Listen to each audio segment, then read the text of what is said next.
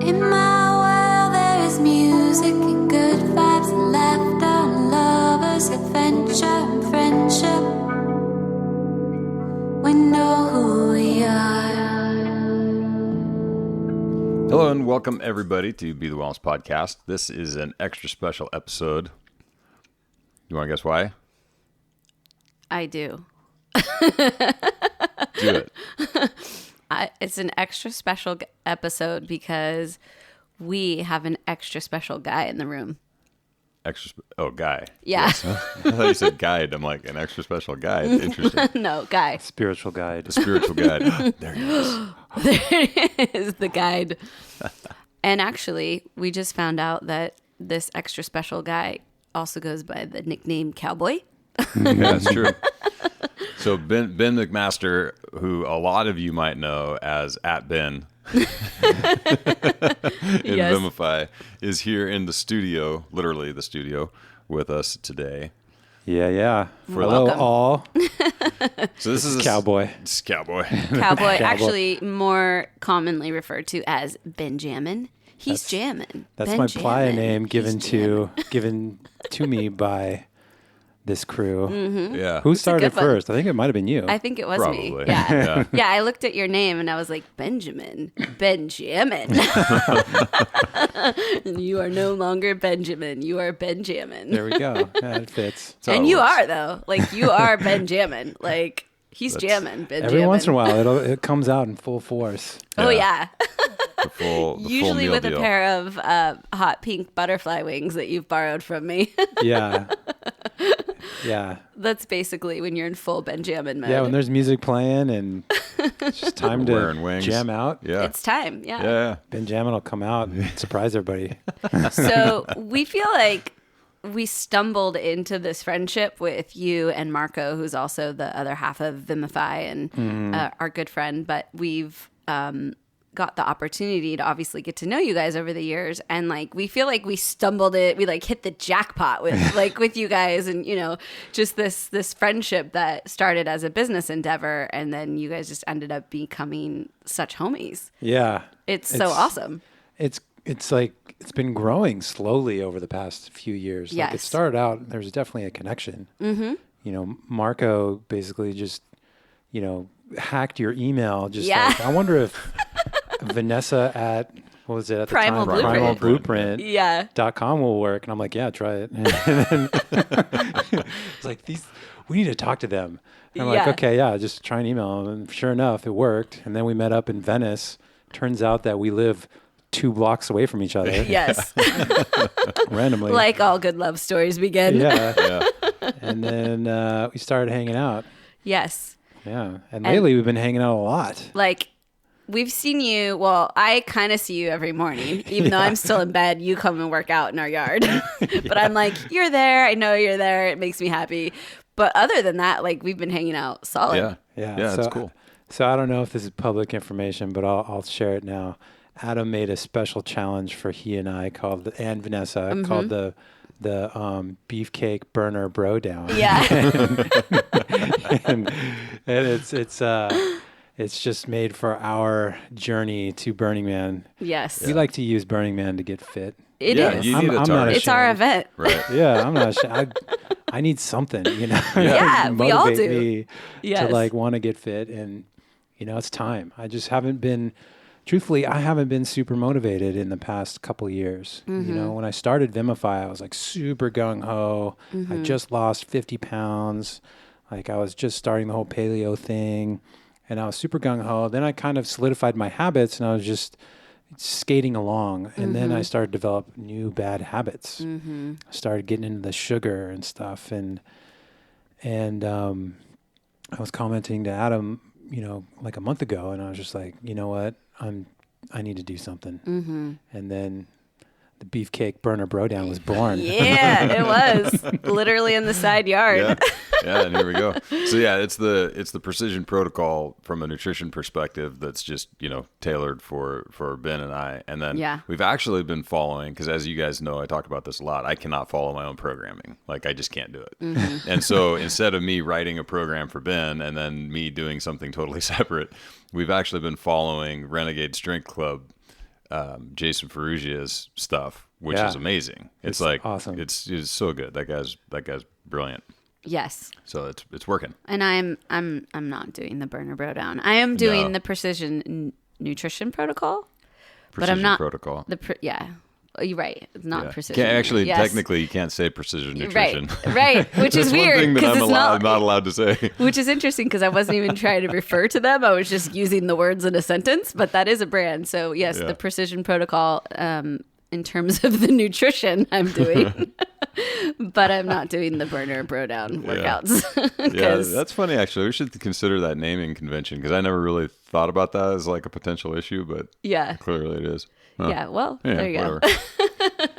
So anyhow, we wanted to have you on the podcast and, just because obviously we love the you-know-what out of you.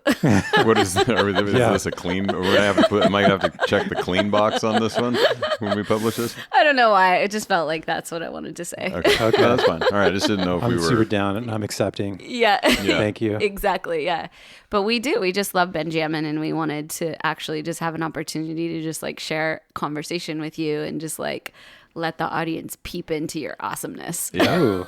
Yeah. Ooh. Yeah. The original idea was that we were going to have like cocktails with Ben as like a thing where we would sit around, like pick one night a month or something and sit around and record a podcast and like have a drink, because this is the thing about Benjamin is that you can just carry on a conversation and something will come out that you're like, what? Yes. You're like, pump the brakes. Wait. Let's zoom in. Let's zoom in. What are we doing here? And that it's like, and this is one of the things that's amazing. It's not like you're doing a bit. No. You know what I mean? Like this is just literally what it's you're like just to hang out with you. So we're trying funny as fuck. Dude, it's so true. So we're going to try to capture some of that. All right. No pressure. Yeah. No pressure. Well, I think one of the good places to go, maybe just to start, is maybe we could talk about how your hatred of people who are clever. This is a new discovery, and I want to just take a moment to discover what's there. I don't know. It's weird, and it's hard to explain, truthfully, but I don't know. Random things just make me angry for no reason, and it's a weird sensation. And one of the things that I have is pet peeve of clever names to things. Uh-huh. When people try to be clever and how they named something, it just drives me nuts. So, for example, I always hated my brother. I love him to death, but he started a suntan / coffee shop. Uh-huh. So the theory was you can go drink coffee while you're getting a tan. Which this is a real thing. But this isn't Washington. Stand-up? This is a Spokane, Washington. Yeah. So wait, is this a stand-up tan even? Some of them were. Okay. He had a couple of they're called like tornadoes or something like that. I was in them. Yeah. And but he called the place Sunbeans, and I was just like, oh, I hate that. I was just like, I don't like that.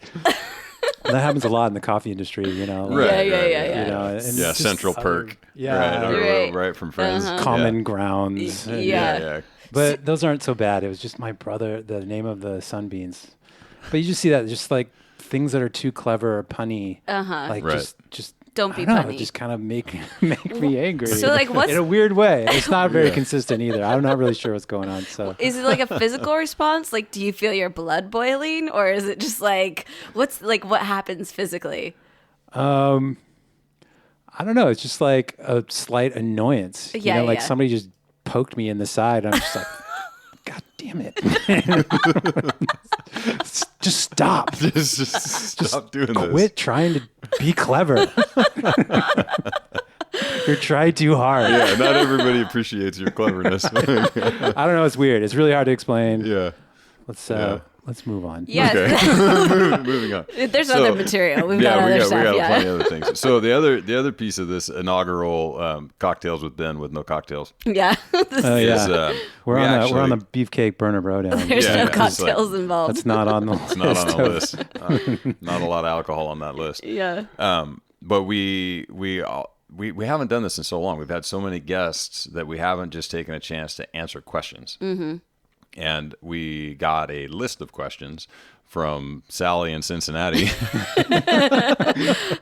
hello, Sally. Hope you're listening out there. Hopefully this all pans out. But these going through the questions, it's actually interesting because we haven't talked about a lot of this stuff in a long time, and some of this might seem basic, but it's a really good idea to hash some of this stuff out, because I think there's a tendency for us to get kind of in our echo chamber, so to speak, in this ancestral health world where we're like, well, wait a minute, like, how is this even a question? Mm-hmm. But the right. reality Don't you know is, this already? Yeah. People don't. No, people don't totally. know this, and so there's actually really good questions. So Yeah. we're thankful to Sally for producing these questions. Yeah, thanks, Sally. So you better not have any punny things that go with your name, like Sally from the Valley. Sally from the Valley. Well, there's already alliteration slightly from Sally in Cincinnati. Oh, really? I'm okay with alliteration though. Yeah, I kind of like Yeah. it. Beefcake, burn a bro down. Yeah, it works out. Okay, so that's a distinction. We're making a distinction. Yeah. This is Alliteration, good. okay. Yeah. Yeah. Before we move on to these questions, though, I do want to actually ask Benjamin about your proclivity towards blacking out. Oh. So maybe you could just give us an example of what will happen when you black out. This is kind of okay. Since I'm not very good in dealing with marijuana, I know it's legal, in California. So it's like I don't know. For some reason, I got weird about talking about it just now. I know, it's weird, right? It's I guess it's fine now, which is cool. Yeah. But I just don't deal with it very well. Yeah. For some reason, every other time I smoke weed or eat weed or anything like that, I will faint. Yeah. And it's very weird. It's like, I don't know what happens. It's like a blood pressure, blood sugar type thing. It just goes really low and I'll just pass out. And it's always at very weird times. Like, I passed out while I was trying to get a drink at a bar at a Tycho show in LA. And Marco caught me twice. He's like, what is going on? And everybody's freaking out. Like, I'm just literally just passing out, from my feet and landing on the ground, complete faint. It's so weird. Sketchy. But I can feel it coming on. Wait, so before we go too much further, I just have to ask, it's interesting to me that you've narrowed it down specifically to it being attributed to marijuana, yet you keep doing it and it keeps happening. Well, it's slowing down now. Okay. I haven't smoked. Well, the last time it happened to me, I was at this virtual reality event. Okay. And they had this booth there where this guy had different flavors of marijuana spray. Oh. And so it was kind of like a chloroseptic type thing, but it had weed in it. Yeah. And everybody's like, oh my God, this is so good. And so I'm like, all right, I kind of want to try it just because I want some delicious flavor in my mouth right now. And I'm like, well, okay, so how many sprays to get you high? And he's like, oh, you have to do 6 or more sprays to actually feel it. Yeah. And I'm like, okay, cool. So I did 20. no, I did. No. I literally did 3. Okay, yeah. 3 sprays. Yeah. And half they're not dose. even big sprays. So I'm like, okay, half dose. I probably won't feel anything. I'm good. Cool. And so I'm in there trying on different virtual reality experiences in this little showcase event I was at. And half an hour later, I'm just sitting there and I'm like, oh my God, I'm going to faint. Oh, this is happening. I usually have about 30 seconds warning. Yeah. And I'm like, and I was with my buddy Jorge and I'm like, Jorge, I'm gonna pass out right now. And he's just like, what? What are you talking about, man? I got to get out of here. So I went out into the hall, out of the main room, because I didn't want to faint in front of all these people and cause a scene. Yeah. And so I went out in the hall and I'm like, uh-oh. And the curtain was closing in front of my eyes. When you faint, I don't know if anybody's been punched or anything like that where they pass out. Yeah. This is what happens. The black. Fade to black. It just fades to black. And I'm like, oh man, I need to find the ground because I'm standing up. And I'm like, I don't want to fall on my head. Yeah, smart. And so I'm trying to kneel down and find the ground before I finally faint. And I couldn't. And so I fainted. I landed directly on my glasses and on my face. And if you can imagine, like I was on my knees at this time and I was landing on, I had hit my face and my butt was directly in the air. And You're just in the stink bug. in the hallway. And everybody's like, what is going on? And then I woke up like, 10 seconds later.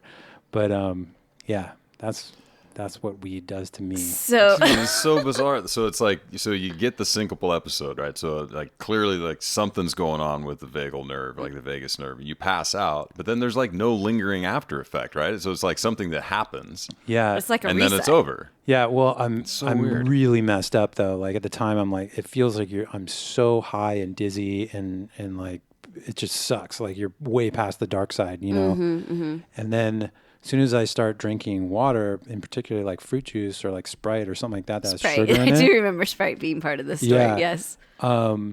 It'll go away in about 10 minutes, and I'm just back to like being normally high. Yeah. You know? Yeah. Such a trip. Yeah. You just have to like do a hard reset. Yeah.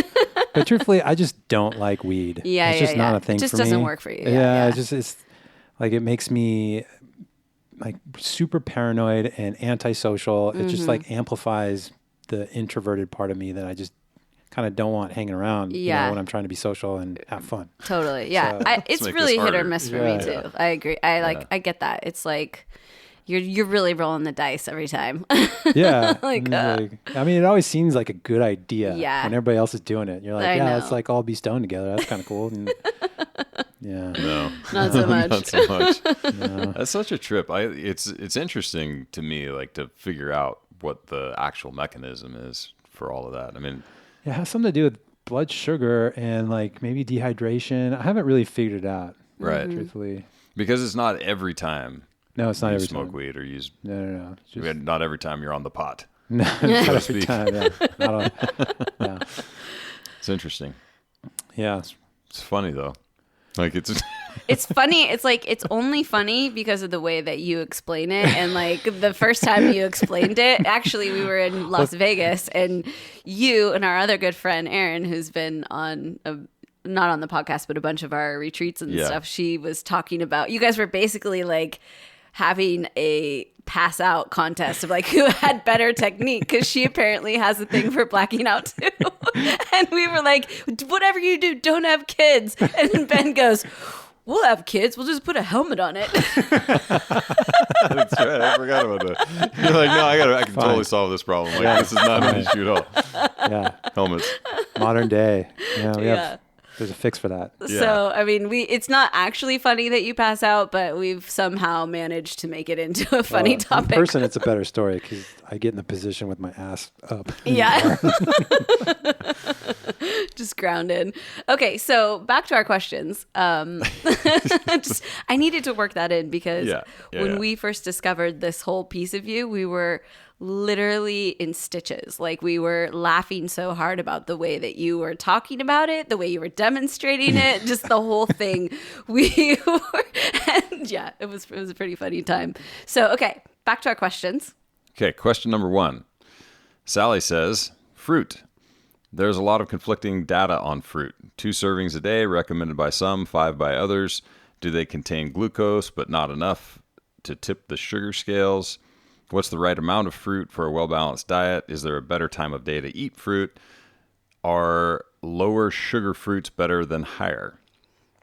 We could do a whole podcast on this question. On fruit? Yeah. Yeah. Well, yeah. I mean, these are, yeah, we could, but we won't. No. Let's pick the low-hanging fruit. Let's pick the low-hanging fruit. Does that make you angry, Ben?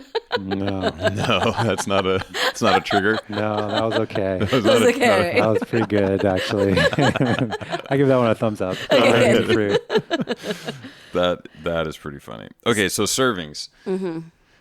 All over the map, right? Because what are you talking about? Are you talking about servings of carbohydrate? Or are you talking about from like a micronutrient and phytonutrient perspective, which is like, I think probably what they're getting at is like, how much of this do you have to eat in order to get What's enough? most valuable about this nutritionally? Yeah. Right. Yeah. And that, I I tend to think that 2 pieces of fruit per day, if you're going to make this kind of recommendation, 2 pieces of fruit per day is a pretty reasonable recommendation. Yeah.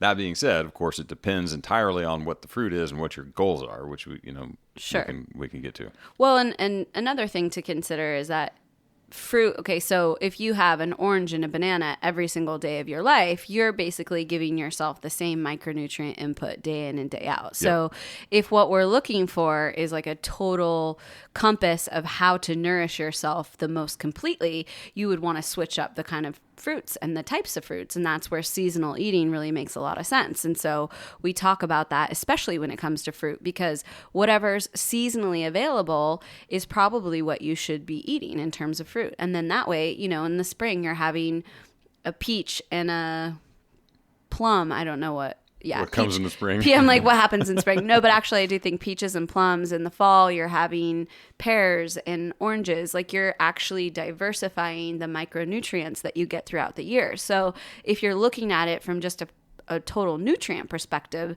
then did I say respective? Perspective. Oh, I said, okay. Yeah. Okay. That's the I right heard word. it differently. So if you're looking at it from that perspective, then you want to just make sure that, you're varying the fruit and you're consistently, changing up the type of nutrients that you're getting.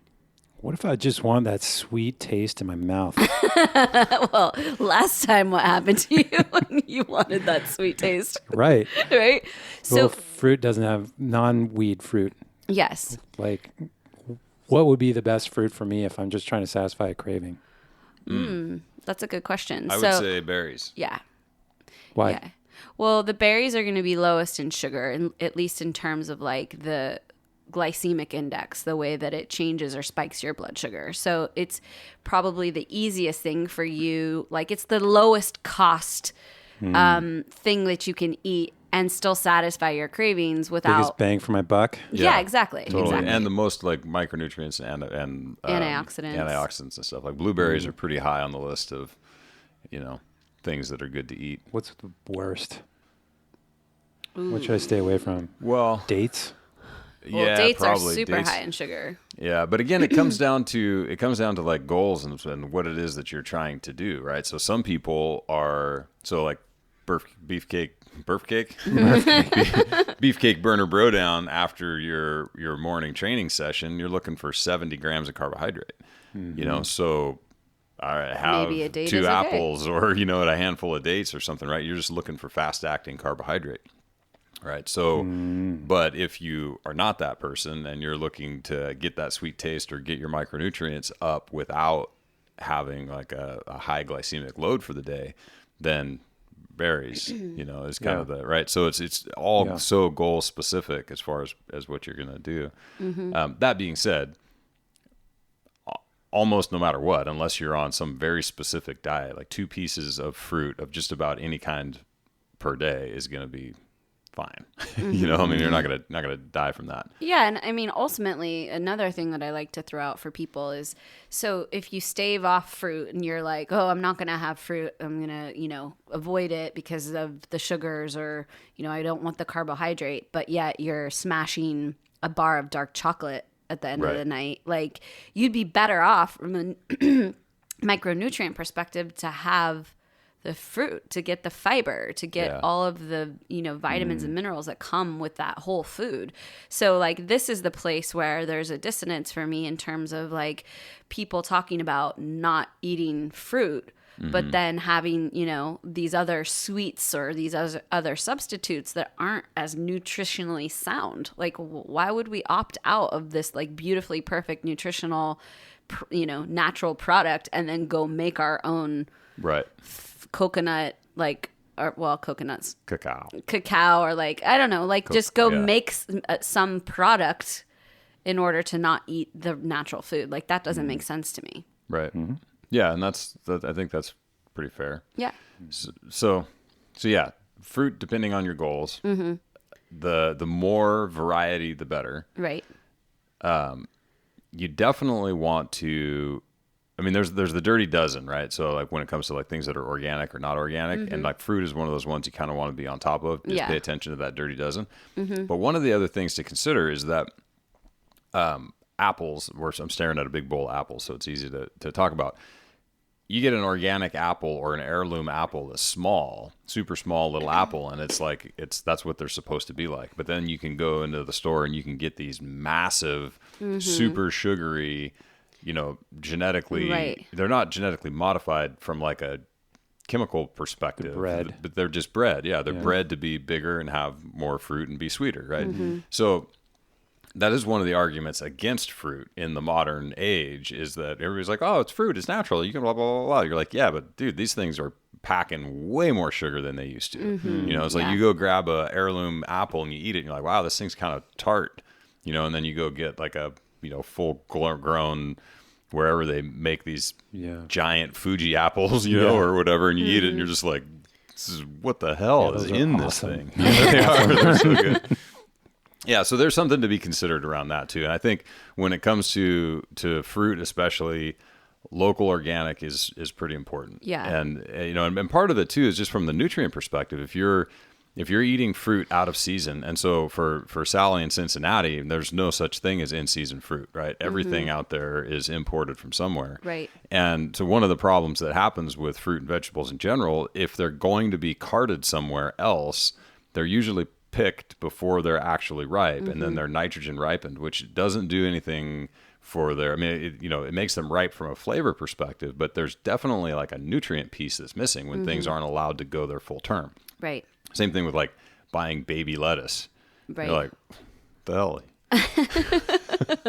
Why not let it become fully adult grown lettuce with all the nutrients in it? I don't get it. Yeah. Well, this is why you just tend to see in the wellness community where so many people are trying to drive people to farmers markets, or how we get our delivery box every week that's whatever's local and in season. So like this is why you'll just see this theme coming up over and over in the health and wellness industry, is that like this is actually where you get the highest quality, most nutrient dense foods, is by finding things as close to you as possible that were picked at the appropriate time. Yeah, totally. So wherever you are, because of this movement, though, there's so many people that are trying to figure this thing out, that are trying to solve this thing. So even if you're somewhere where, like you said, they're carting in or chucking in most of the fruits and vegetables, there are people in almost every community now that are trying to figure this out and are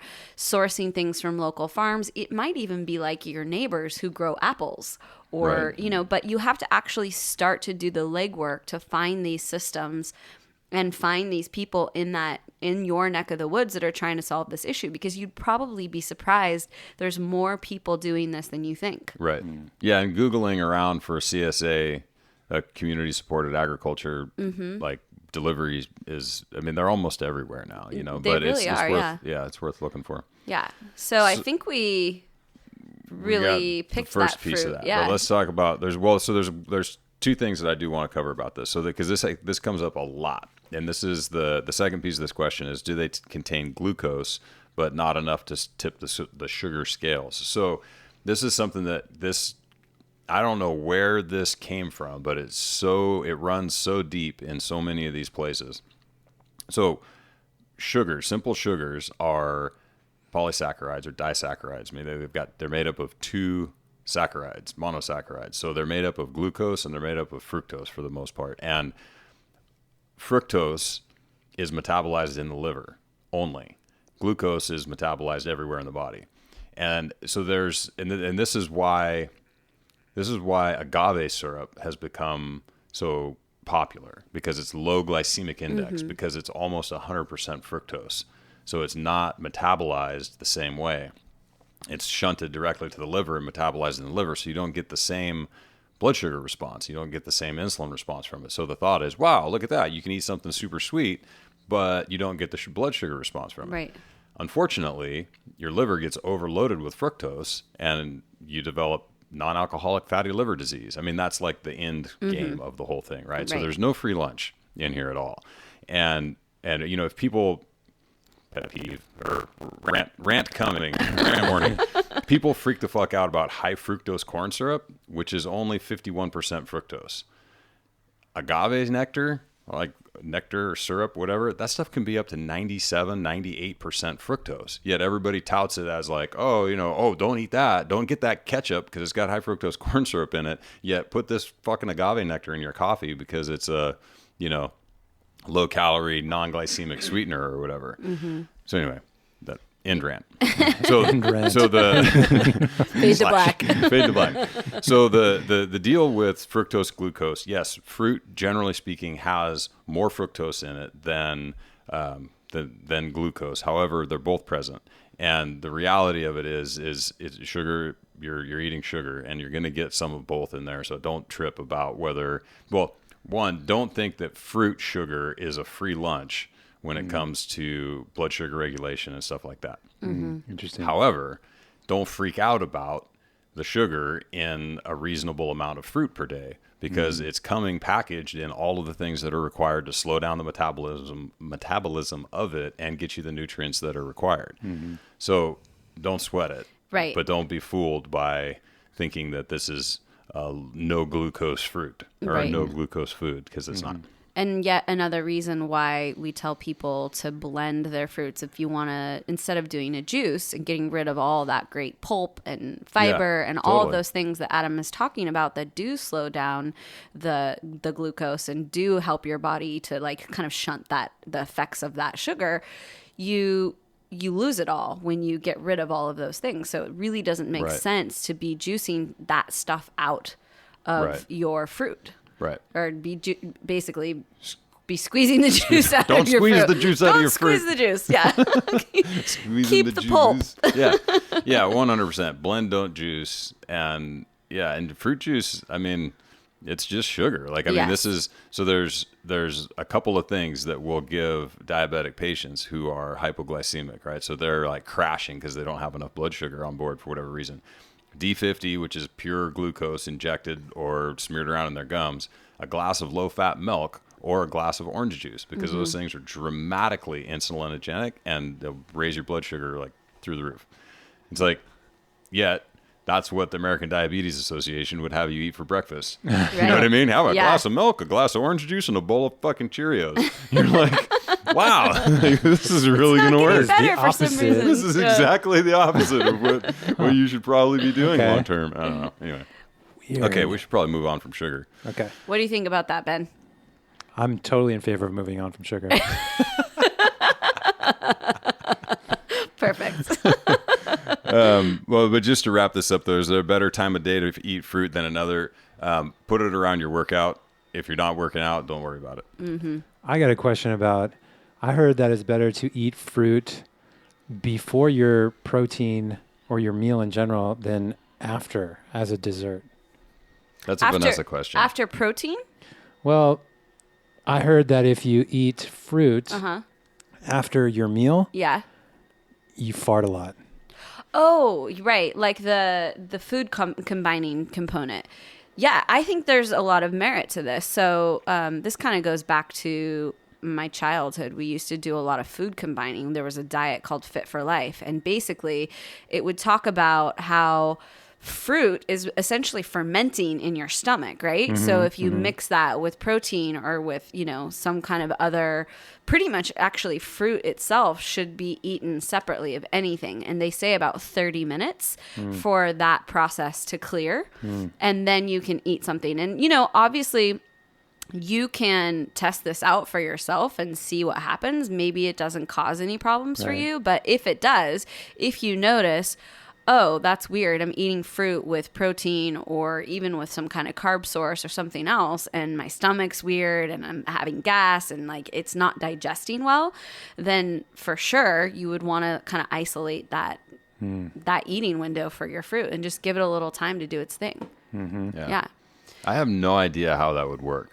I don't really either, honestly. Like, basically, they talk about having different stomach acids. And so when you have a certain kind of food present or a certain kind of nutrient present, your stomach spits out a certain type of acid to deal with it, to break down that particular thing.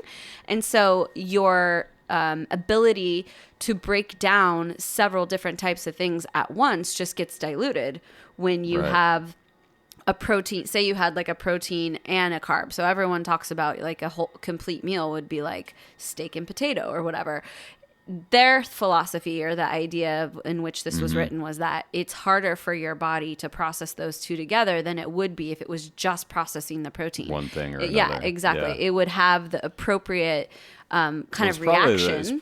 So I bet there's some thought around the specific digestive enzymes for different kinds of food. Yeah, I don't know. Yeah, I mean, honestly, it's been a long time since I dove into that, because this was a really big diet in the early 80s, and my parents got into it. So this was like the way we were raised for many years, was all this food combining. And the one thing that stuck with me, like I don't really actually worry about the rest of it, but the one thing that did stick with me was the fruit thing, because I did actually notice if I ate fruit with other things, like I just didn't digest it as well. Yeah. Citrus is one that, like, if I eat a bunch of oranges, or not even a bunch of oranges, like an orange, I eat a bag of oranges. An entire bag of. If I eat an entire bag of oranges, I find it kind of like messes me up a little bit. That's weird. You shouldn't combine that with other oranges. Let's try and figure that out.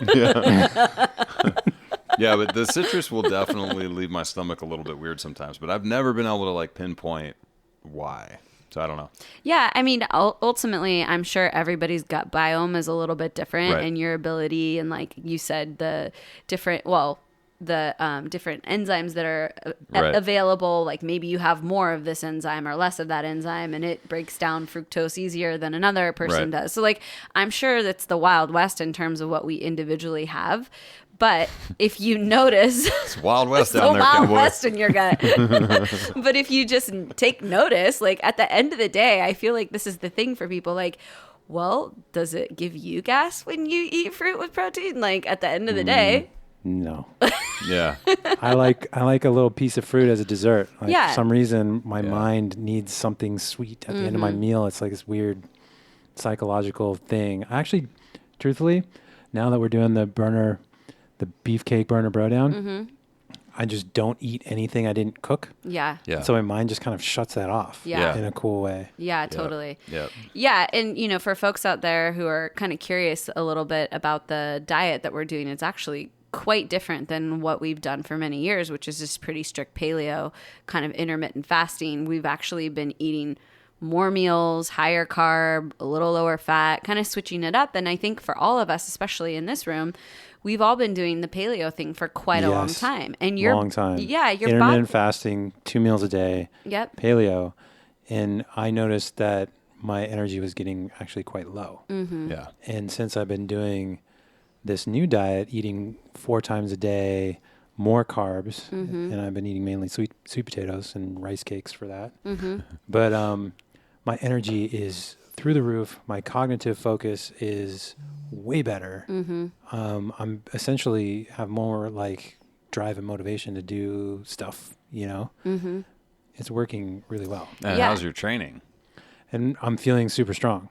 Super strong. And I get up and I'm motivated, like I actually want to go train. Right. And that's, these are some of the things, like we were talking about this, Adam and I did a Facebook Live today. Like if you're lacking motivation, you're like, I just don't ever feel like working out.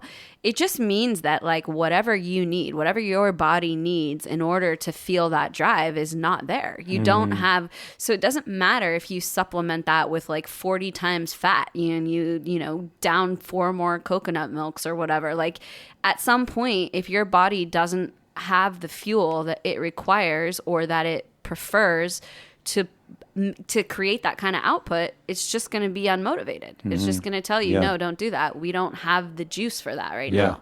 Yeah, and that's like one of the critical sort of, I mean, now that we have HRV and Megawave and all of these things to like track people's readiness and recovery, it's kind of is muddying the waters to some degree because it's just a lot of data. I mean, and it's good data, and we still use that. But like back before all of this, you used more subjective measures. Like, how do you feel today?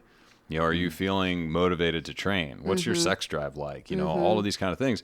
How are you sleeping? How quickly are you falling asleep? How are you feeling when you wake up? I mean, it was all of these kind of things that we'd talk about for determining when people were overtraining or under eating or the combination of all of those things. And it's all super real. It's like we've just kind of forgotten about some of that. And it's the paleo, and it's true for men and women, but I think it's really true for men. The slippery slope of low carb paleo into intermittent fasting is a long, slow drag into the swamp. You know, you don't really feel it, and you don't really see what's going on until you're like, man, I guess I'm just not maintaining muscle mass anymore. You know, I guess I just don't really want to train. Ooh, I'm sure I'm tired, you know? And then you're like, wait a second, you know, you're eating the same amount as a 13-year-old girl, you know? It's like, you need to eat more food. You've got to get, but I'm not hungry. And you're like, well, you're not hungry because you're eating protein and fat, and not enough protein to maintain what you're doing. And those are the two like most satiating foods on the planet, you know? Throw a freaking blood sugar spike in there and see if you, but then I'm going to get a crash and I'm going to be hungry. I'm like, yeah, and then you might actually eat enough food for the day. You know what I mean? Let's get back on that roller coaster, you know? I'm hungry again, you know? Like, cool, let's get you back up to like a reasonable amount of calories, you know? Yeah. So, well, anyway. The system is so finicky.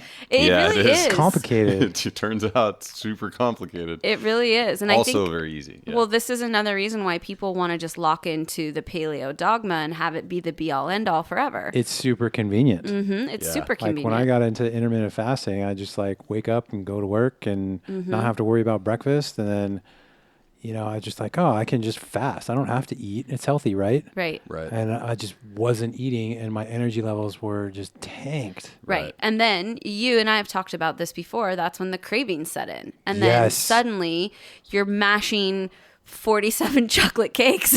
Yeah. Yeah. And then like my cravings come up because I'm kind of low energy, a little bit depressed, feeling tired. And then I'm like, okay, now it's okay for me to, you know, go to Erewhon and get the peanut butter panda puffs and crush a whole box of those in one sitting. Right. You It's know? self-soothing. Well, you can't not eat a whole box of those. I know. Those things The only thing that stops insane. is like the roof of your mouth starts Yeah, bleeding. I don't care about that. Well, and there's like smallish boxes to begin with, but like that's not. Those are clearly for kids. Yeah. Like that's one man meal. Oh, you know yeah. what I mean? Like I can definitely do that. That's so good. Yeah. But yeah, like this is the thing is that suddenly, like you said, all of the emotional things, all the cognitive things kind of go in this downward trend. And then you start self-soothing with these foods because you're just looking for that like spark of energy. Like I need just some kind of stimulus to make me happy. Give me my happy chemicals somehow. Right. Yeah. Exactly. Yeah. And this is, I think, where it can get really dangerous. And unfortunately, especially in this paleo dogma that we're living in, most people at that point think like, oh, I've got to eat more fat, or maybe I need to add ketones to this, or I need to whatever. And honestly, I don't know. Like, I don't think that that's probably the best route for people, a lot of people, in particular women, and obviously men too. I mean, this is the thing, like, you know, we all are like these hormone machines. Like we need to keep those systems regulated and, you know, starving your system out more, putting more stress on it, making it feel less secure about its place in the world does not help with hormonal regulation. In fact, it downregulates everything, downregulates your sex drive. It's like for women, all of your systems, it's like, this is not a good time to procreate. Let's like shut everything down. So it just makes sense when you think about it that way. It's like, okay, we don't want to be shutting more and more things down to make way for our diet. Like we don't want to like make the diet the most important thing in our life, and then we allow our health and the way that we live to be dictated by this dogmatic diet that we're all supposed to be gung-ho over. Like, no, we actually look at what's there for you and then figure out the appropriate solution for you. Yeah. Word. Totally. Word up, right? Yeah, this has been dropping bombs all day today. Word. So, and just to be clear on this though, it's because if intermittent fasting fits your lifestyle, and you can get the appropriate amount of calories on board doing it, go for it. You know what I mean? That's the thing. The problem is it's really hard for most people to eat in 1 or 2 meals a day the appropriate amount of calories. Yes. Especially if you're eating relatively low carb, you know, because it's this food, it's a lot of food. Like I look at the amount of food that I need to put in a day just for maintenance, let alone trying to put on weight. That is not 2 sittings worth. I mean, that's like you can't do it. You sit down for an hour and a half and just like, ugh, you know, it's terrible, you know. But you split it up. So much food. This is ridiculous, you know. And that's not cool. Like that feeling about that can't be That can't right. be good. Having to force feed yourself. Like Yeah. this is the other thing. Is like, obviously, I think what you're saying is if it's working for you and you're crushing it and you're meeting your goals and you feel great, like, keep doing it. Like, by all means. Right. None of us are here to talk you out of doing something that's working amazing for you. Yeah. We're talking about when it's not amazing, when you're not feeling great, when your performance is suffering, when you feel like crap, and then you want to double down doing what you're doing harder. That does not make sense. And so, like, that's the thing for us is just like, okay, wait, let's pump the brakes and let's kind of like get back to seeing what the best plan is. And instead of like just buying deeper into the dogma of the moment, like, let's actually figure out how to get you back on track. Yeah, totally. And just like to clarify even a little bit further, the thing is really about the calories. Yes. Because this is what ends up happening is people feel like they're thriving. You know, everybody does, like you did, right, Ben? When you're like, this is awesome, I feel great, I'm like, it's super convenient, I can just move along. But if you're not being mindful of how much you're actually taking in, that's where it slowly starts to incrementally change and get worse. So even if it is working for you, my recommendation is that you track your food for a period of time, have somebody help you sort out your resting metabolic rate and all of the things that need to be done to just give you, I mean, there's a million inaccuracies in there, but at least get like some base picture of how many calories you should be eating in a day. And then ensure, whether you track once a month or once every 2 months or once a week, whatever, that you're coming close to those targets, like on a weekly average. Yeah. You know? Yeah. Because it's a slippery slope, and pretty soon you're just not eating enough. And then it's hard to unwind that, you know? Yeah. It's like, you know, there's warning signs, you know, even if you're not trying to lose weight, you know, you just want to, like, I wasn't really trying to lose weight. I just noticed that I was tired and I was not very productive and not motivated and feeling kind of down, you know, and I think that's a sign that you're just not eating the right stuff. Right. You know? You're not thriving. Yeah. Yeah. And for me, it was literally eating more. It was, you know, I was like, 4 meals a day? Are you insane? Like, there's no way I'm going to eat 4 meals a day. But now I'm so down. Yeah. And I get hungry at the exact right time. And never before. Right. It's like, I'm hungry. Oh, well, it's time to eat. Turns Yeah, out yeah. it's exactly Turns out. 3 to 5 hours after the last go I around, know. you know? Now I'm going to eat, and I'm not going to think about it until it's time to eat again, which is the opposite of what I was, because I was having massive cravings, and I was like crushing trail mix in between meals. Right. And I was definitely getting enough calories, but it was just bad calories, you know. Like, I was gaining weight, but my metabolism was really low, and I was low energy. Right. And it was just because I was crushing sweet, like fruity, chocolatey trail mix that was at the office. Right. I wish they wouldn't buy, because that stuff is crack. It is, dude. The trail mix is. Yeah, it's like dark chocolate trail mix. Technically, it's totally paleo. Right. See? It's Exactly. it's basically dark chocolate and nuts. How could you go wrong? Dark chocolate, nuts, and dried fruit. And salt. And salt. And it just goes straight to my brain. And oh, man, it's like...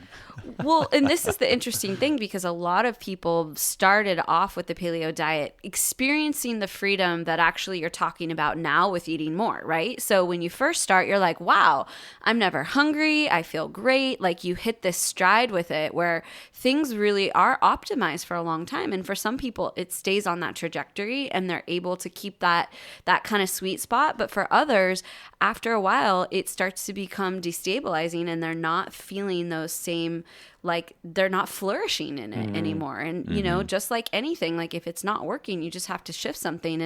And so I think that's the point here, is that a lot of, especially for women, like, we think about food so much, and there's all of this kind of, you know, conversation about, like, should I eat this or should I not eat this? And one of the great things about eating a paleo diet is that it kind of quiets that conversation in your brain. I'm actually experiencing the same thing as you talking about with the cravings. Like, my brain is feeling more quiet now, eating more regularly, because it's like, no, we're good. We're going to get fed. It's fine. Right. And I did feel that way a long time with paleo, but it stopped working that way. Like, it's time to switch it up. Yep. Switching up. Yep. Yeah. And I mean, it's just one of those things. If you eat meat and you eat vegetables and you eat the appropriate amount of fat and carbohydrate to support your training, you're going to be good.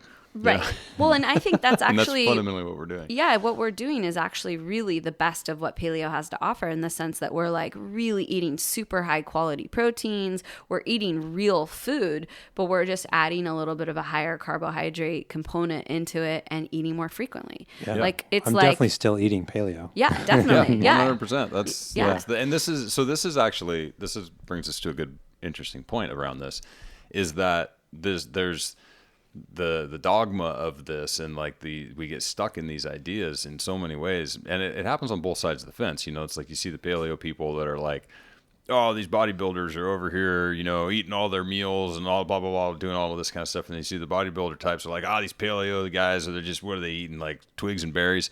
And the reality is that they're both eating the exact same thing. It's just maybe the way that they're doing it is a little bit differently. The ratios might be different, but the food, paleo has always been about food quality and sourcing, and like, these are the foods that are food, like what is food? These things are food. Right. Those things are likely not food. Those are products, Yes. And sort of carbohydrate, or I should say macronutrient agnostic is what Rob used to always say, which I always liked. It's like, no, look, we see this across the board in the indigenous populations that are still around and the ones that have been studied, is that they all ate non-processed foods that were available to them sort of by seasonality and by quantity of whatever grew in their area.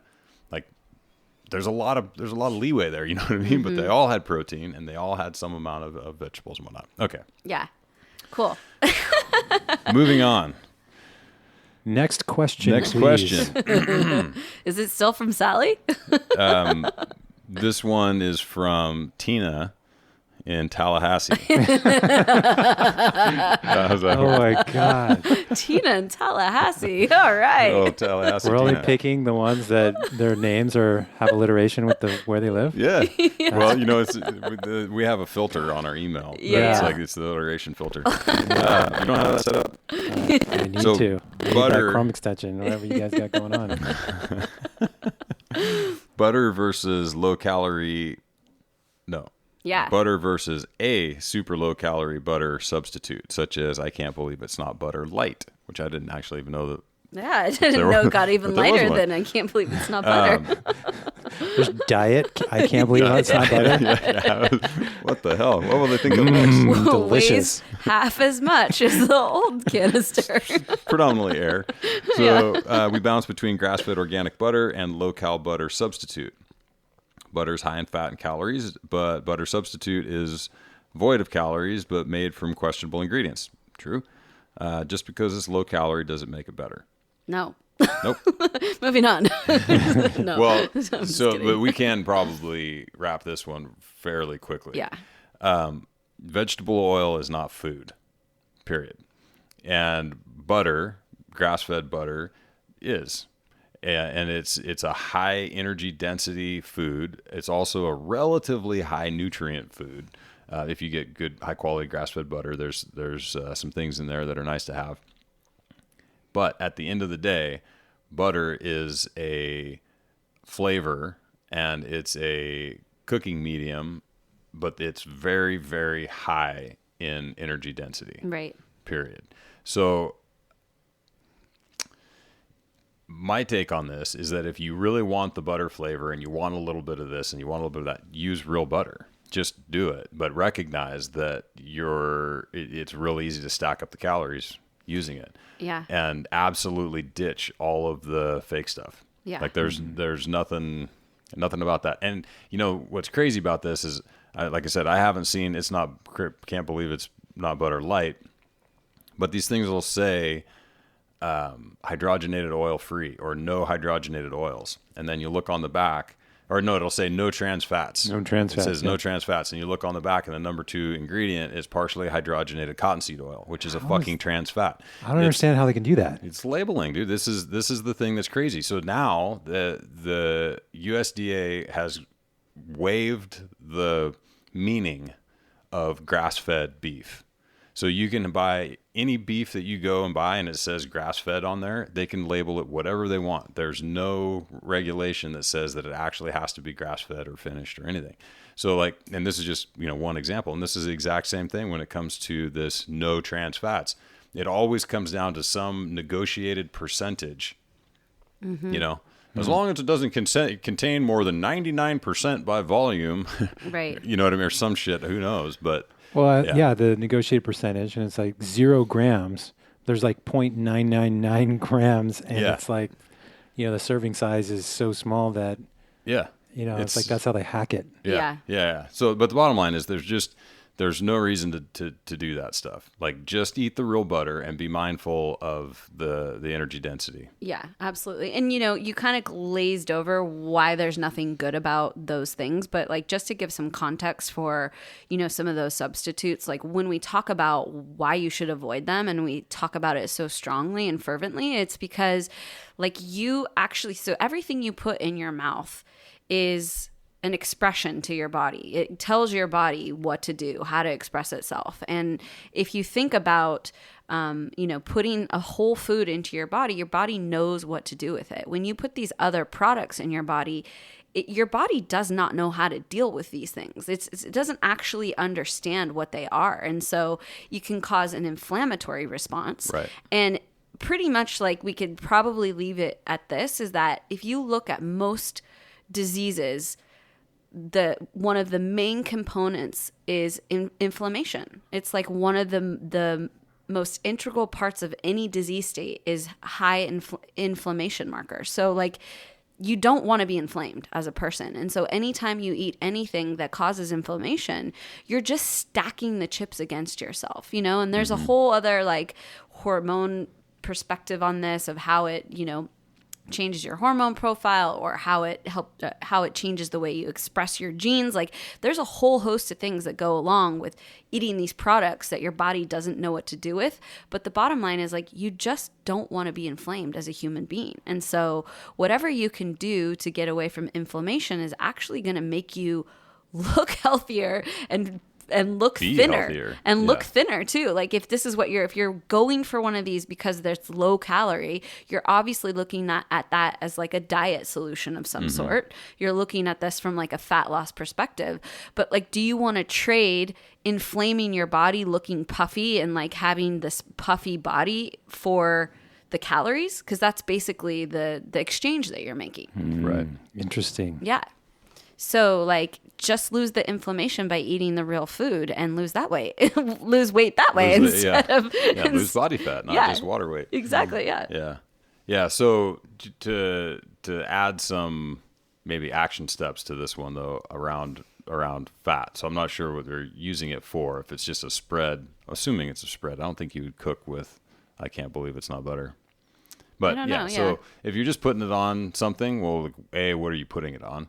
If you let's just say you're going to put it on your sweet potato, a little dab of grass-fed butter, not the end of the world at all. If you're looking for something to cook with, coconut oil, extra virgin olive oil, avocado oil, those are kind of my favorite go-tos. And you can get, if the coconut stuff's a little too coconutty, there's other brands. Like if you've tried one and you're like, well, this makes everything taste like coconut. Oh, but if you get refined coconut oil, you can't even taste it. Can't even taste it, right? So give it another shot. And it has a higher smoke point. So definitely get refined coconut oil. Yeah. Look at Benjamin. Bam. Yeah. Yeah. Boom. And extra virgin olive oil that is from California, or certainly from a reputable source. The last thing we want is crap olive oil that came over in the belly of a ship from Micronesia and is being sold to you as extra virgin olive oil. Right. Because again, labeling, It could be a blend. Yep. Almost always a blend. Usually more canola than you would want it to be. In olive oil? Yes. Oh. Man, Yeah, dude. they get There's you everywhere, don't they? Just buy stuff from California. Like get California olive oil and you're good. Okay. Easy. Then it's just like a no-brainer. And if you want to get extra cool, you can look for the seal that says California Olive Oil Council. Kook. Not to be confused with Kook slams. Yeah. Because it's a thing, you know. I mean, if you're doing extra virgin olive oil because you want the qualities that come with extra virgin olive oil, you should just be sure that that's what you're actually getting, you know? Yeah. So anyway, fraught with peril out there in the process. Everybody's trying to lie to me. Everyone is trying to lie to you, except for us. Except for you guys. So, okay, let's move on to who's this? This is Tina from Tallahassee. Oh, still? Right? Still Tina from Tallahassee? Oh, semi-processed foods? Okay, sure. Yeah. We'll go with it being Tina. What was it? Repeat the question so that we know what's going on. So it says Costco, Whole Foods, and even the local boutiques sell a number of items that are labeled to cater to a healthy diet. My favorite example would be something like gluten-free, protein-enriched waffle pancake mix. On the surface, these seem like a great way to snag some tasty protein while enjoying a glutinous treat, guilt-free.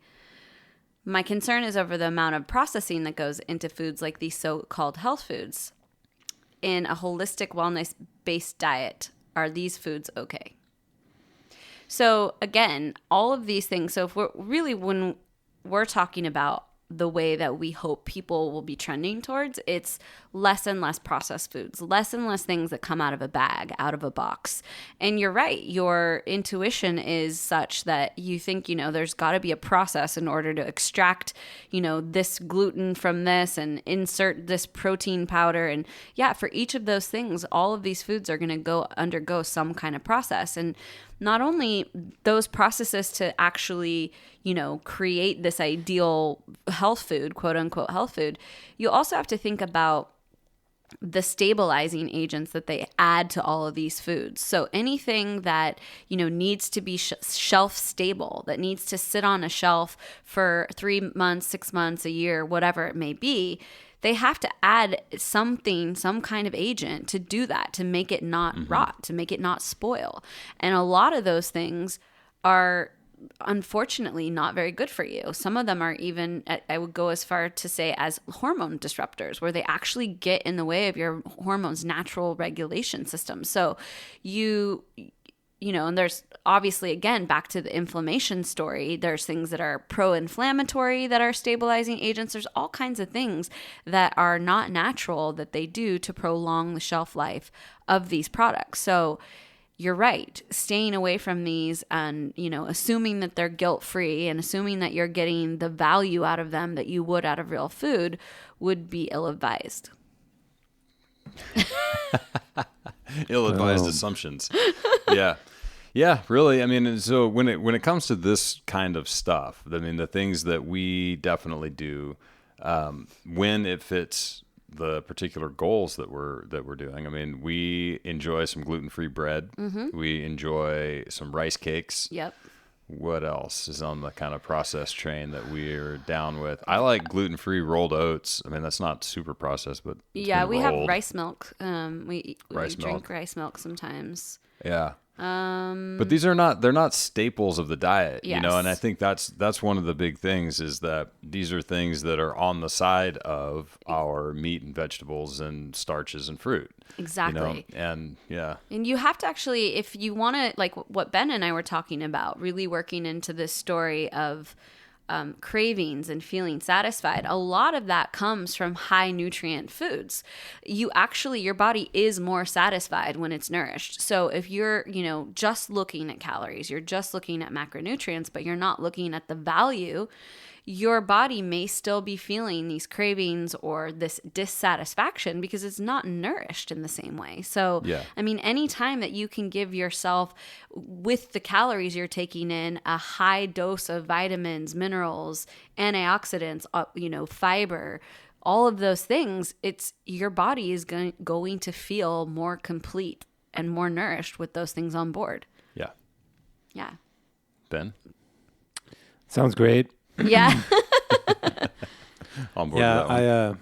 I've been my whole life I've been eating processed foods. I mean, my parents are products of the 50s. Right. And so I grew up eating Hamburger Helper. Sure. And all those things, drinking sodas, multiple sodas every single day. Right. Mountain Dew. Right. all that stuff. So, well, and we're lucky because we're just one generation from the generation that actually ate super healthy. So like your parents are products of the 50s, but their parents probably grew like 90%. Oh, yeah. You know? My dad, and that's the thing, that the reason why my parents ate processed foods is because of the reaction of how much work they had to do. Sure. Because my grandpa basically forced him to maintain their little farm that they had. Right. It was like a 2-acre plot of land in basically a neighborhood of other 2-acre plots of land. But they had a giant garden. They had tons of chickens. They had a cow. They Right. sold the eggs to their neighbors. You know, it was that type of lifestyle. Mm-hmm. And my dad had to pretty much do it all himself. Yeah. And he was just like, nope, I'm not going to subject Ben to this. Yeah. Grateful, which is nice, but at the same time, Yeah. I got the hamburger helper and the Campbell's chicken soup and Right. all that stuff for dinner. Yes. Yeah. You know? Yeah, but luckily, you know, again, the genetics are close enough in terms of the people who were eating super high nutrient, high value foods that like our generation, we're still in that sort of sweet spot where like we can buffer things. But the generations coming behind us are not, you know, they're starting to be 2 and 3 generations deep of people who've lived off of products. Mm-hmm. And you're seeing this in the mere fact that the life expectancy of kids today is shorter than their parents is. Right. Like if that doesn't sum it up for you, like what will, you Yeah. know? Yeah. So I think ultimately, like, again, and like Adam said, even the gluten-free bread, like we've definitely had that in our diets for the last couple years. And it's like, okay, but honestly, we have this barometer where it's like, if I've had 2 pieces of it in a day, that's enough. This isn't every meal. You know, you're not having a breakfast sandwich and a sandwich and a dinner sandwich and bread with your Right. dinner. Like you know, it's literally a small portion of the total nutrient strategy that you're taking in, and you're eating sweet potatoes or things that have high value to them. What do you think of the new products that are coming out, like the Impossible Burgers and Soylent and these types of things where they're trying to claim it's healthy, but it's obviously highly processed and the foods of the future, because, you know, humans are going to explode in population and, Right. you know, we're going to have to, you know, grow our meat, you know, off of, you know, just from cells, you know, like how do we maintain this healthy, you know, philosophy in the face of the future of food, where it's going to, everything just has to be processed just out of, I mean, it will. Right. It's a product from the get-go, essentially. It has to be in the future if the human population is going to grow at this rate. Yeah. Like farming is not going to be a thing that we can do all the time anymore, you know? Yeah, you know, I don't know. Like, I feel like, for me personally, I don't feel like we have a clear enough picture of what that looks like yet. We don't have a clear enough picture of how to optimize those products. And so, as of now, I think they're suspicious. You know, I think it's like they're still on this cusp of like, you know, like, I see where you're headed with this. I could see why this would be something in the future, like an area of investigation that's necessary, but we're definitely not there. And, you know, I just don't think we can see yet how that's going to solve the issues, but I can appreciate the fact that like these issues are going to arise and we're going to have to figure out some kind of systems, both agriculturally and for protein sources that are maybe not the traditional route that we've had in our lives. I just can't. I don't know. Like I can't see it yet. But I'm not adamantly opposed to it because I'm like, okay, yeah, we're probably going to come up to a point where we've got to figure out some solutions to this pressing issue. So I don't know. I mean, I feel like there's not really a clear, great answer yet. Yeah, I just feel like,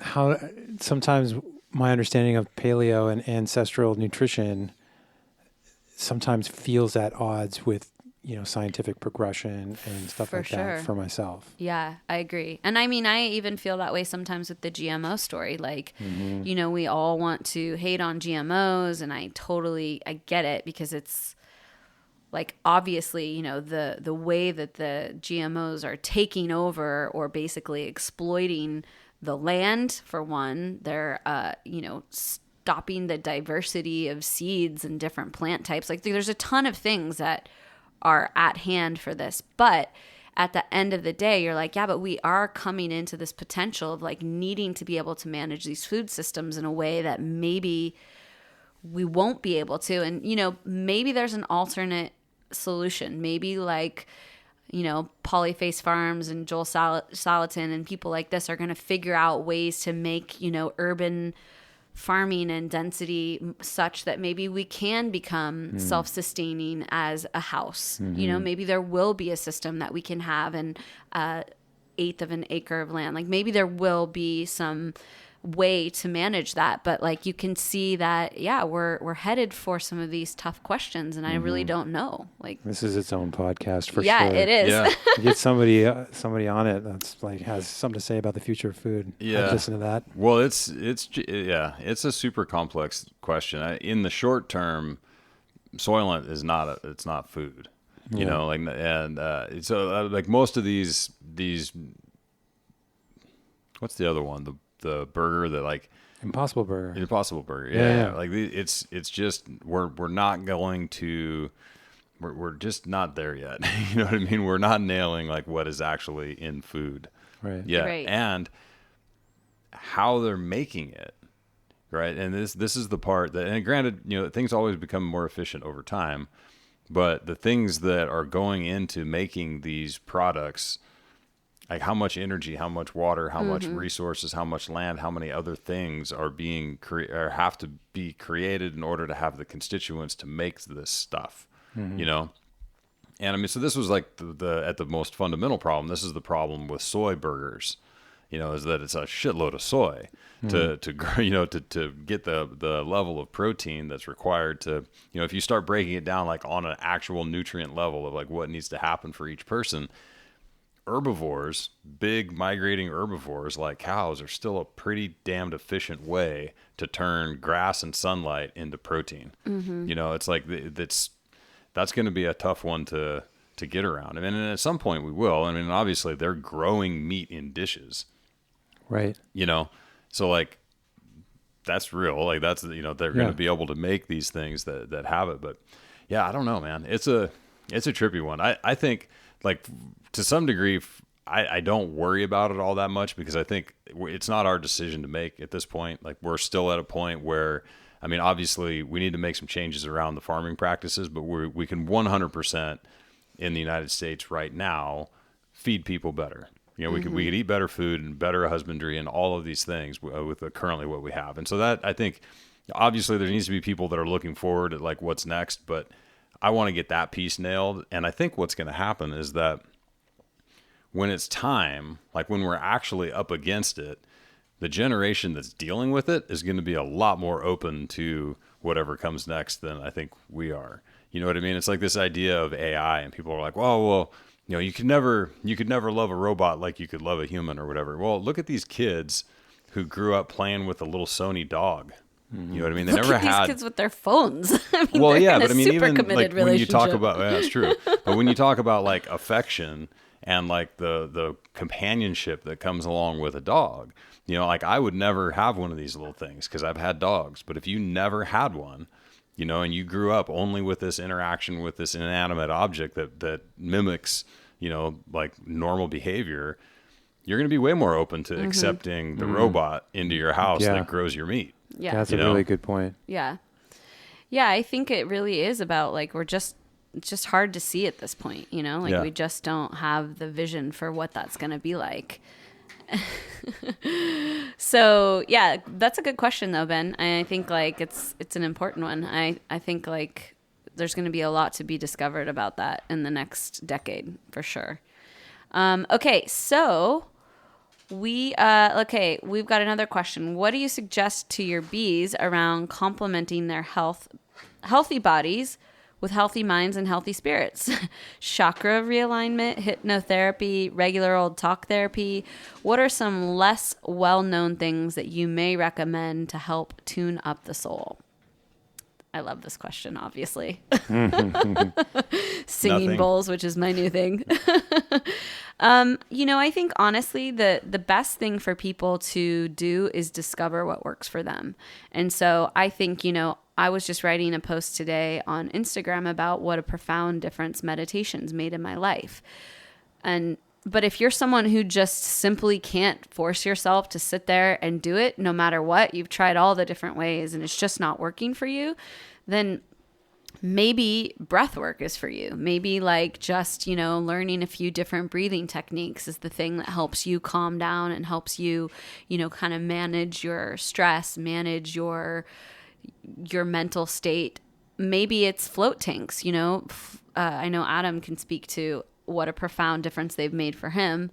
And I think that it's really about just discovering and doing some research about the different modalities out there and finding the one that's yours or the couple that are yours. Right. The sort of the menagerie of things. Because it is typically like, the same thing with diet and exercise. It's never just the diet. It's never just the exercise.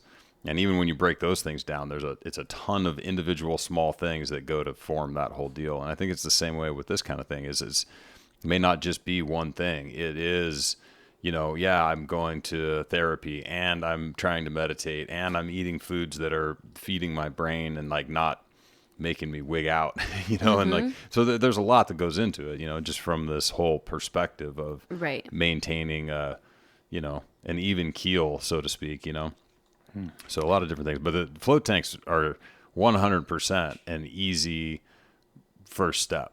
Just go do it. Just, it's, 2 hours out of your life, like provided that there's one in your area, just go float.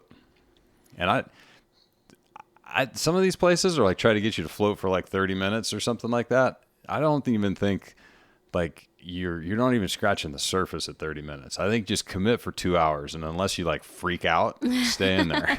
Yeah. You need the time. I have a question. How do you know if it's working for you? Well, here's the thing, and we always talk about this. It's like headroom, right? So how you can buffer things in your life. Are you, driving on the freeway? I know you and I don't have cars, Ben, so this is not something that happens for us, but just pretend, you're driving on the freeway and someone cuts you off. Do you freak out? Do you, try to run them off the road? Or do you just go, oh man, that guy must be in a bigger hurry? Like what happens to you in your daily life that you could have a choice in how you react to it? One reaction is this knee-jerk, reaction that has no intention, no thought, no ability to like reason.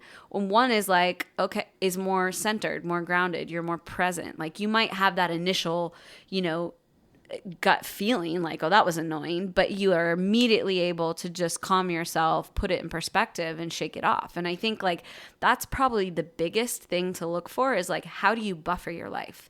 How many times are you emotionally not in the driver's seat? Right. And how many times is the circumstances around you running the show rather than you running the circumstances around you? And so that's just something to look at. Like what are the things that that come up for you on a daily basis? Maybe it's anger. Maybe it's binge drinking at the end of the night because you literally can't deal with like the emotional load of your day. Maybe it's, shopping too much. Maybe it's some other kind of addiction, but like whatever it is, there's something out of whack that you kind of don't have the reins on. And you're just like, man, I can see that this thing is probably not the best for me, but I can't rein it in. Like I don't have the space, the capacity, the ability to buffer it. Yeah. I use a paradigm when it comes to mindfulness, and whatever helps me zoom out. Like I feel like I'm always so zoomed in. I'm like the next task, I'm worried about little bullshit, problems. Whatever helps me zoom out so that I have like a bigger picture. I'm thinking like cosmically, I'm thinking about,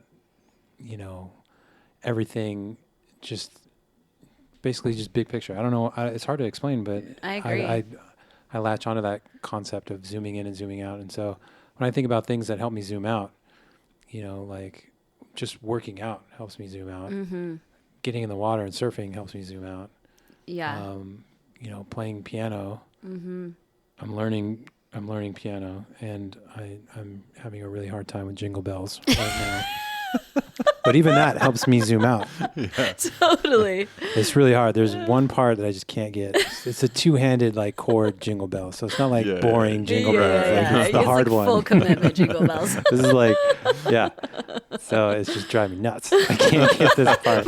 But somehow it's making. But me zoom out. it zooms out. I'm like, it's like this is a problem that I'm solving that has nothing to do with all the other problems in my life. Yes. You know, Right. so it but it seems to really work for me is to like think about it in terms of levels of zoom. I totally agree. And I actually use that term all the time, zoom out, because the other indication that I think people can look at is when you think you're more important than you really are. Like people take their problems and their situation and they magnify it as though like who they are and what they're dealing with is bigger than anything else that anyone else could be dealing with, you know, and they're so wrapped up in their story and what's going on for them that like they can't even allow anybody else to have an opinion, a say in something, a place in this paradigm that they've created for themselves. And you see it a lot with people who, like if something goes wrong and they just ruminate on it over and over and over. Oh my gosh, this happened. And it's like, sometimes you just want to say like, you know, you're going to die. Like you're going to die someday. And is this really what you want to do with your time? Like, is this really how you want to live your life? Because you think that what is happening right now in this moment to you is the biggest, most important thing. Exactly. And it's you're not. So zoomed in. Yeah, you're so zoomed in. Death is a great way to zoom out. It's a great way. Yeah, you go to a funeral, you're pretty zoomed out. Yeah, and any person who's had a near-death experience will tell you that. They'll just say, it totally changed my relationship to like the things that I thought were important. And I just realized they were not that important, you know? Yeah, exactly. Yeah. So, you know, ultimately what I would say is get super curious about the different modalities out there. Maybe it's meditation. Maybe it's breathing. Maybe it's float tanks. Maybe it's psychedelics. Obviously, there's a big, huge movement in plant medicines and those being, you know, ways of creating more space in your mind, changing your relationship, zooming out like we were talking about. Maybe it's literally physical activity. It's yoga. It's like there's so many different things. So get curious about any of those that might speak to you and go do them and see what creates that better ecosystem, better emotional ecosystem for you. Yeah, and then just being mindful of whatever your marker is. And I think that's one of the tricky pieces is understanding like, okay, how do I normally react to this? And then is that reaction improving?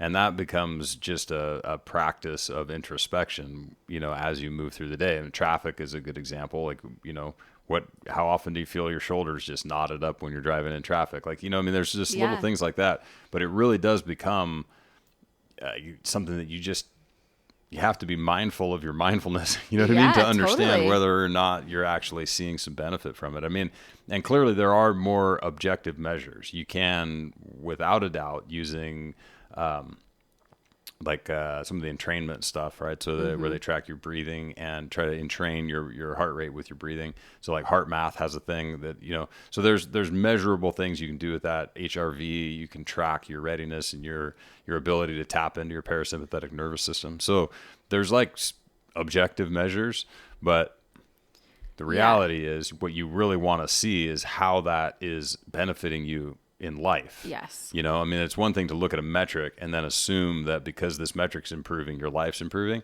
But I think it's a better thing to actually see how it's showing up and benefiting you and be like, oh yeah, no, I actually feel dramatically better when I do this, or these things are easier for me to deal with. Yeah. I like don't fly off the handle at puns.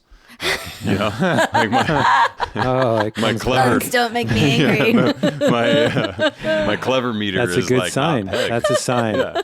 If I get angry with clever stuff, I need to chill out. I need to zoom out. You need to zoom out. Zoom out just a little bit. Like, how much does this matter? Well, yeah, you just need to go to the person that said it and say, you know, you're going to die. Yeah. Is that what you want to leave this We're all world with? gonna die. You want to leave this world with that stupid fucking It's gonna be your legacy, huh? Clean The it one up. with the puns. Smart, clever guy.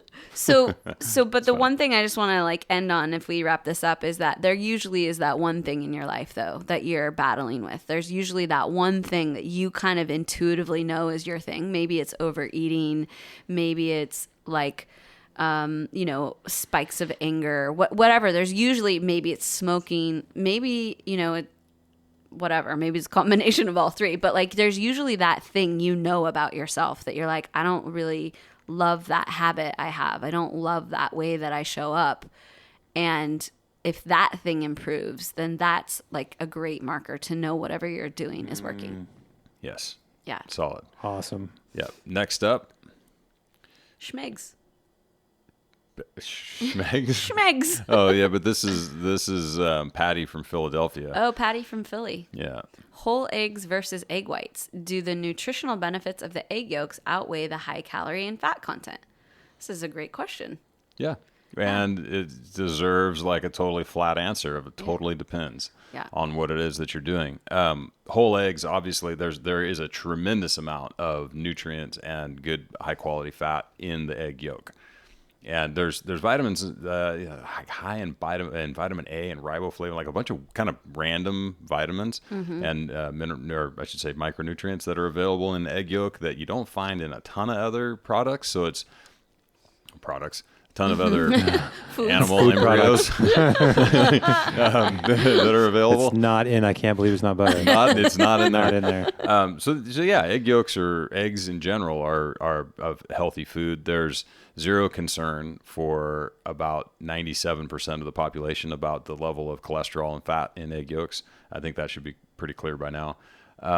So it's really just about what it is that you're trying to do. And what I would say is, as a rule of thumb, eat the whole egg unless there's some reason that you're trying to get more lean protein on board, in which case eat the egg white. I don't think that it's just the egg whites, like, you might as well have a whey protein shake. You know what I mean? It's just protein. There's very little, of anything else in there. But both are fine. You're not going to, can't go wrong. And probably, it just kind of depends on like your current weight and like what kind of caloric deficit you're looking for and what kind of protein intake you're looking for. And this is why, a lot of this stuff is so individualized, and it really does help to sit down with a coach or someone that can help you figure out what, how many calories you should be eating, what exactly you should be doing. Because for a lot of people, you could probably do a little of both. You could probably eat the yolk, and if you need a little extra protein, you can add more egg whites. Like there's definitely like a combination that can be struck there. For sure. Too. Yeah. And I used to do exactly that. Like when I'm fine tuning my breakfasts, I'd be like two whole eggs, 6 egg whites, so it's just, they're just building blocks, Yeah. It's one of those things. So this actually ties in nicely to the next question, which is, what is the best way to calculate the right level of protein based on who you are, right? So age, sex, fitness level, wellness goals, stuff like that. So this is a remarkably well understood thing, like what protein requirements are for people, yet it is argued from every perspective that you could imagine. So there's a lot of information out there. If you were to just Google this, you would be all over the map, depending on what study they looked at, what was the goal of the study, all of this kind of stuff, right? So there's what tends to happen with this sort of thing, these sort of questions, is we wind up at this sort of RDA level, which is like the recommended daily allowance or whatever, which is like how much you have to not die, or be like significantly hindered in your life, So like RDAs on things are really minimal. Like in a lot of cases, they're the bare minimum of what's going on. So that kind of stuff you have to be careful of, because a lot of the studies and information that are out there were studies that were funded to determine RDAs on things. So you just have to be kind of careful about that, when you're looking at it. All that being said, I think it's pretty clear that somewhere between 0.7 and 1 gram per pound of lean body mass is a pretty damn good place to be. And that's the variables there are going to be age, what your goals are, what your training looks like. Strength training, obviously, you're going to need more protein. As you get older, you need a little bit more protein. Your body just doesn't utilize protein. it. Yeah, exactly. Like protein synthesis slows down a little bit. So that's kind of it, but 0.7 to 1 grams per pound of lean body mass. If you want to do grams per kilogram, just double it. So, what I mean? It's basically like 1.4 to 2.2. And for people out there who don't know what that means, 0.7 to 1 gram per pound of lean body mass, what that means is you have to somewhat know what your body fat percentage is. So if you don't know what that is, you can Google online and just get some sort of basic photos of men and women that will give you an idea of what range you might be in based on just kind of body fat percentages from photos. And you can pretty well tell within like 5 to maybe 10% of what you're in. And then you want to subtract that from your weight. So your total weight. So if you're, for easy math, if you're 100 pounds and you think you're 30% body fat, then you'd subtract 30 pounds, or you'd subtract 30 from 100, you'd get left with 70. So if you went with 1 gram per pound of lean body mass, you would do 70 grams of protein. Correct. Yeah. So Good does that make job on sense? picking the right math for that. That's I'm always like, so I average 180-pound person. I'm like, shit. That's going to be 180. Hard. Because this is the first question you get. The first follow-up question is, well, how do I know what my body fat is? So if you don't have a body fat scale, you don't have calipers, you don't have all of that stuff, that'll get you in the range pretty quickly so that you can at least say, okay, I need 70 grams or I need 100 or whatever your calculation is. Yeah, and unless you're following some specific targeted thing, I mean, we're just kind of like swagging this stuff here, then what you're going to want to do is develop a range. So that 0.7 to 1, so like, using that same example, let's just say it's 100 pounds of lean mass to make it super easy, is between 70 and 100 grams of protein. That's kind of the range that you want to be in. That being said, tracking this kind of stuff is fraught with inaccuracy. Mm-hmm. So each person, depending on the type of protein, how it was cooked, what your individual digestion is like, and how you're weighing it, how you're measuring it. Once you stack up all of the variables that go into determining how much protein you're eating, you could be off by about 25%, because there's a tremendous amount of inaccuracy that's possible in all of this stuff. Is your chicken really well done? Because then it's going to be lighter per unit of protein, right? So everything's like it's an assumption to some degree. So when you're determining your protein, 3 to 4 meals a day of a palm-sized serving of lean protein, and you're going to be really damn close. Mm-hmm. And your palm, so like I've got big palms. Don't use Adam's like palms. 4 pounds. Yeah, like I go through 2 pounds of ground beef a day. Mm-hmm. That's 4 palms of protein for me, it turns out, So it's going to get you really damn close. Yeah. So if you're looking for the math and you want to figure it all out, 0.7 to 1. If you're just looking to wing it and be really damn close, 3 to 4 meals per day, lean protein the size of your palm. Yeah, absolutely. And we have actually a great program which is called the Build Your Plate Challenge, which will actually take you through the steps of how to get the little nuances of the amount of protein, carbohydrate, fat that you should eat to support your size, using this technique, using the palms of your hands, kind of the measuring. It's just to make it easy for you. So like you don't have to bring a scale with you to dinner. Right. You can actually kind of eyeball and know just by looking at your plate, is the composition of this macronutrient wise make sense for my size? Yeah. So it's actually easier than you think if you just kind of learn that system. And there's a great way to do that in our Build Your Plate Challenge. Your plate. Yeah. Mm-hmm. And then you just sort of track some progress over time, because the thing, and this is where I think people tend to get stuck with this stuff, is like, okay, I'm going to get these macronutrients. They're going to be super specific. And by the end of the week, I'm going to start seeing progress. And it's really just not the case. Right. I mean, you have to track, average weight over the week or something like that, where you can see what's going on at a more macro level, because day in, day out, you're going to see massive fluctuations that are going to throw you off one way or the other. And if you're trying to make tweaks to what it is that you're eating on like a daily basis, you're just going to drive yourself bananas. Yeah. And if this conversation hasn't just made you feel totally overwhelmed with with information, then one of the best possible things you can do is hire a coach. Yeah.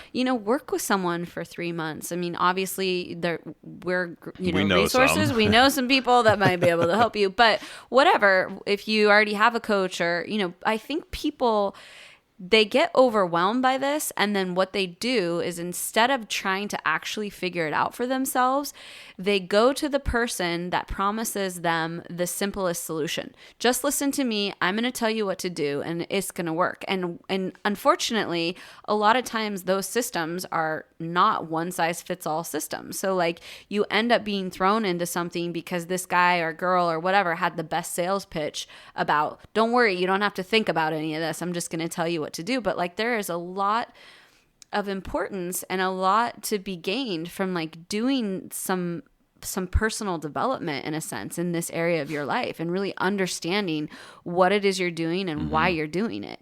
And so that you can actually make changes as you move forward, instead of always having to depend on someone for the rest of your life to just tell you what to do. Right. Like, get a curiosity about your well-being and work with someone to help you figure this stuff out. Yeah.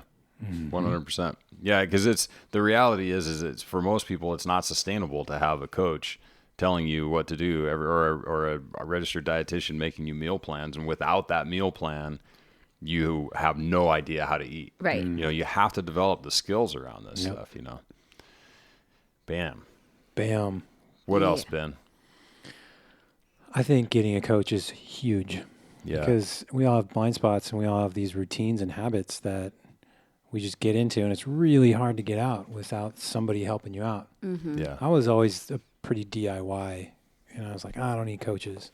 Yeah. And the shift for me is, I remember I saw an interview with Tiger Woods, the best golfer on the planet by far in his heyday. Every day worked with a coach on his swing every single day. Right. It's like, who in the world would be more qualified to coach Tiger Woods? It didn't make any sense to me. And I'm like, oh yeah, it's not about that. It's about finding your blind spots, and it takes another human in order to do that. Yeah, absolutely. And so I'm all about hiring coaches these days, because it really helps. Totally. Yeah. And there's something to be said for this too. And I mean, obviously there's a saying that goes around, like, you don't take diet advice from a fat person, and you don't take financial advice from a broke person. Right. Mm-hmm. And there's some truth to that. There's also, though, some truth to not chasing somebody because something worked for them, right? So this is something we see a lot in the fitness industry, for sure. You see this like super jacked trainer, who's like, this is what I did and it works for everybody. Mm-hmm. Right. Like, that may not work for you at all. And there's something to be said for coaches who were not stellar athletes, who were not fitness models, who were not any of these things, because they've had to work through every single one of these things. Does this make sense? Like these problems that real world people are having. If you have a world-class gymnast trying to coach you in gymnastics, and you are not a world-class genetic specimen, they may be stumped as to what to do with you, because they're like, no, you just do a backflip, bro. And you're like, fucking, I don't know, you know what I mean? And you do the bin pass out, and your face down, and they're like, how did you wind up here? So I guess what I'm like, the point is, like, just because somebody is emulating what it is that you want doesn't mean that they're going to be the ones to get you there. Absolutely. Absolutely. I totally agree. And you see this this is kind of the Instagram thing, right? Like, you see someone on there and you're like, okay, well, I want to just do what they're doing because this is how it's affecting them. This is how they look or whatever. And that may or may not work for you. And that may or may not be sustainable for you. There's so many different things. So, like, for God's sakes, get coaching, people. So how does one find a coach? So honestly, I think there's so many great resources now. I mean, and really it comes down to like the message, like whose message speaks to you. And I think you have to feel that authenticity in the message. Like, if someone out there is telling you that you just have to do it this way, no matter what, you just do X, Y, and Z, and you follow steps 1 through 5 and you don't deviate, and that's just what you do, and that's the only solution they have for you, then I think that that's probably a red flag. Like, there should be a catered solution for people, and obviously there's common denominators. Yeah. If people are telling you, yes, you have to eat right and exercise and get good sleep and those kind of things, that's fine. But if people are so stringent about the way that is for you and it can only be one way, then that's where I think you want to just keep digging for someone that, just has a message that that really is, it's about customizing it. It's about understanding people and their own unique situation. And I mean, you can obviously ask around your town. If you want to work with someone in person, ask people, just start talking to people, do you know anyone who's had success? Who did they work with? Interview them, talk to them, ask them about their strategies, how they would work with you. If it's an online remote thing, then maybe do a free trial with one of them, or whatever their intro offer is. Every single one of them has some kind of intro offer for you to try for 21 days or 30 days. You can try and keep trying until the one that works and resonates with you fits. Yeah. I think that's a big piece, is understanding that you're going to develop a relationship with this person. And so you need to be able to communicate with them.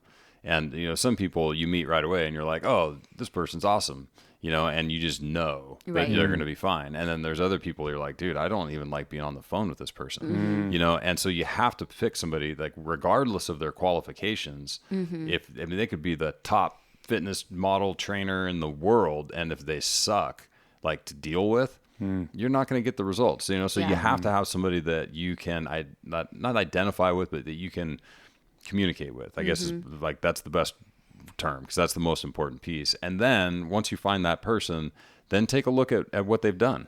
Have they been successful in helping people like you? And talk to those people, look for the reviews, ask for recommendations, and anybody in this business who is really there to do the work and to really help people will have people that they could refer you to, or refer to, however that goes. People that they could say, hey, I worked with this person. Give them a call. A reference. Thank you. What are those where you refer somebody? Yes, a reference. Yeah, check the references and call people up and talk to them. You'll learn a ton about that.